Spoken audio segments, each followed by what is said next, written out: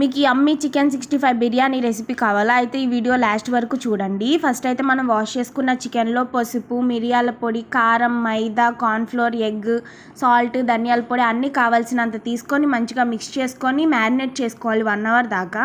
తర్వాత ఒక కడాయిలో ఆయిల్ తీసుకొని మనం మ్యారినేట్ చేసుకున్న చికెన్ని ఫ్రై చేసుకోవాలి.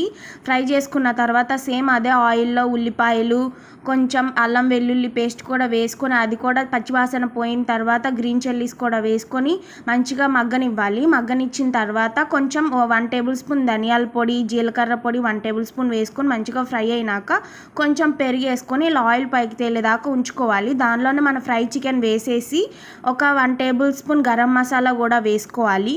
తర్వాత ఇదంతా మంచిగా కలుపుకోవాలి కొత్తిమీర వేసుకొని. ఇప్పుడు చికెన్ రెడీ అయిపోయినట్టు. ఈ చికెన్ని మనం పక్కన పెట్టుకోవాలి. తర్వాత ఒక వాటర్ తీసుకొని వాటర్లో బిర్యానీ దినుసులు అన్నీ వేసుకొని ఎక్కువ సాల్ట్ వేసుకొని తర్వాత మనం పక్కకు పెట్టిన బాస్మతి రైస్ని కూడా ఇలా ఒక 80% దాకా బాయిల్ అవ్వనివ్వాలి. తర్వాత ఒక కడాయి తీసుకొని మన ఫ్రైడ్ చికెన్ వేసుకొని తర్వాత రైస్ కూడా ఇలా వేసుకోవాలన్నమాట. లేయర్ బై లేయర్ ఇలా వేసుకొని అలా ఉంచుకోవాలి. తర్వాత కొంచెం కొత్తిమీర, నెయ్యి కూడా వేసుకొని అలా ఉంచాలన్నమాట. అలా ఉంచిన తర్వాత గిన్నె మొత్తం దమ్ పెట్టాలి. ఇంకా బిర్యానీ రెడీ.